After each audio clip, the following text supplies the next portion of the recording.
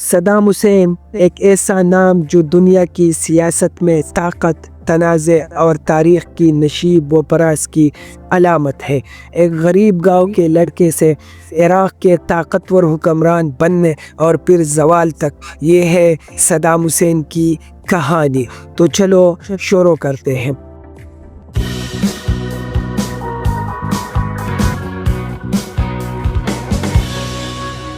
Saddam Hussein 28 April 1937 کو عراق کے گاؤں الوجا میں پیدا ہوئے، جو تکریت کے قریب واقع تھا۔ ان کے والد کا انتقال ان کی پیدائش سے پہلے ہو چکا تھا اور ان کے والدہ صباح طلفہ اس صدمے کے بعد شدید مشکلات کا شکار تھی۔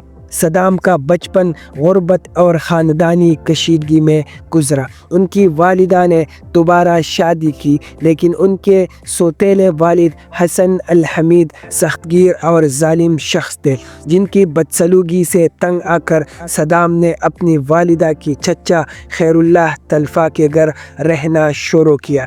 خیر اللہ، جو ایک قوم پرست اور سیاستدان تھے، اس نے صدام کو عرب قوم پرستی کے خیالات سے متاثر کیا۔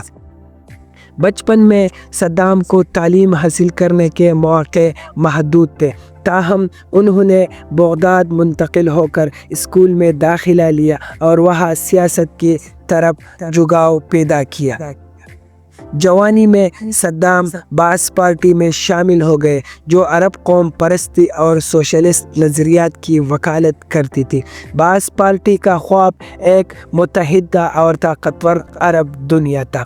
1959 میں صدام نے باعث پارٹی کے ایک منصوبے میں حصہ لیا، جن کا مقصد اس وقت کے عراقی صدر عبدالکلام قاسم کو قتل کرنا تھا۔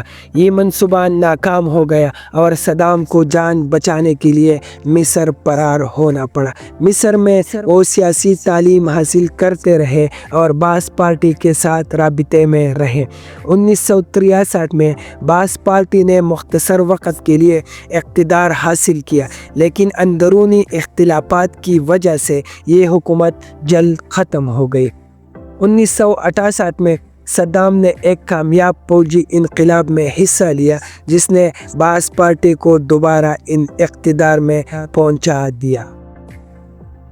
صدام حسین نے نائب صدر کے طور پر کام کرنا شروع کیا اور جلد ہی حکومت میں اپنی گرفت مضبوط کر لی۔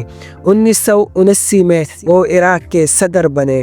صدام نے ابتدائی طور پر عراق کو ترقی کی راہ پر گامزن کرنے کے لیے کئی منصوبے شروع کیے۔ تعلیم، صحت اور بنیادی ڈھانچے میں سرمایہ کاری کی گئی اور عراق خطے میں تیل کی طاقت کے طور پر ابھرا۔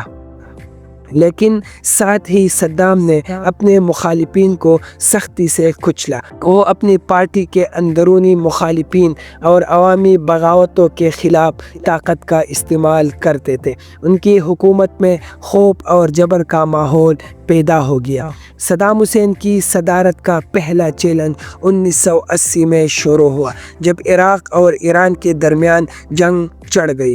یہ جنگ 8 سال تک جاری رہی اور دونوں ممالک کو شدید نقصان پہنچا۔ لاکھوں افراد مارے گئے اور عراق کے معیشت تباہی کی دبانے پر پہنچ گئی۔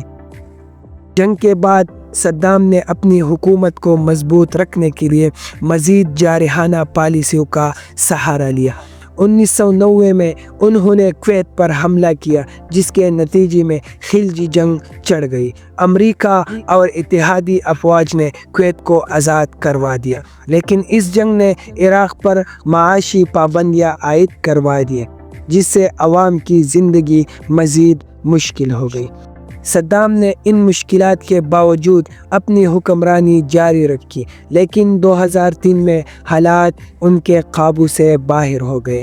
امریکہ اور اتحادی افواج نے عراق پر حملہ کیا، جس کا جواز عراق کے پاس تباہی پھیلانے والے ہتھیاروں کی موجودگی کو بتایا گیا۔ صدام کی حکومت چند ہی ہفتوں میں ختم ہو گئی اور انہیں ایک خفیہ پناہ گاہ سے گرفتار کر لیا گیا۔ صدام حسین کو 2006 میں جنگی جرائم اور انسانیت کے خلاف مظالم کے الزامات میں سزائے موت دی گئی۔ ان کی موت کے ساتھ ایک متنازع دور کا خاتمہ ہو گیا، لیکن ان کی کہانی آج بھی سیاست اور حکمرانی کے بارے میں کئی سوالات چھوڑتی ہے۔ صدام حسین کی زندگی ایک ایسی یاد دہانی ہے کہ اقتدار کتنا عارضی اور نازک ہو سکتا ہے، لیکن ایک رہنما جو عراق کو بلندیوں پر لے جا سکتا تھا، سخت پالیسیوں اور جبر کی وجہ سے اپنے ہی زوال کا باعث بن گیا۔ اگر آپ کو یہ ویڈیو پسند آئی تو پلیز میرے چینل کو سبسکرائب کیجئے، بیل آئیکن کو دبا دیجئے تاکہ ایسی نئی ویڈیو سب سے پہلے آپ لوگوں تک پہنچ سکے۔ شکریہ۔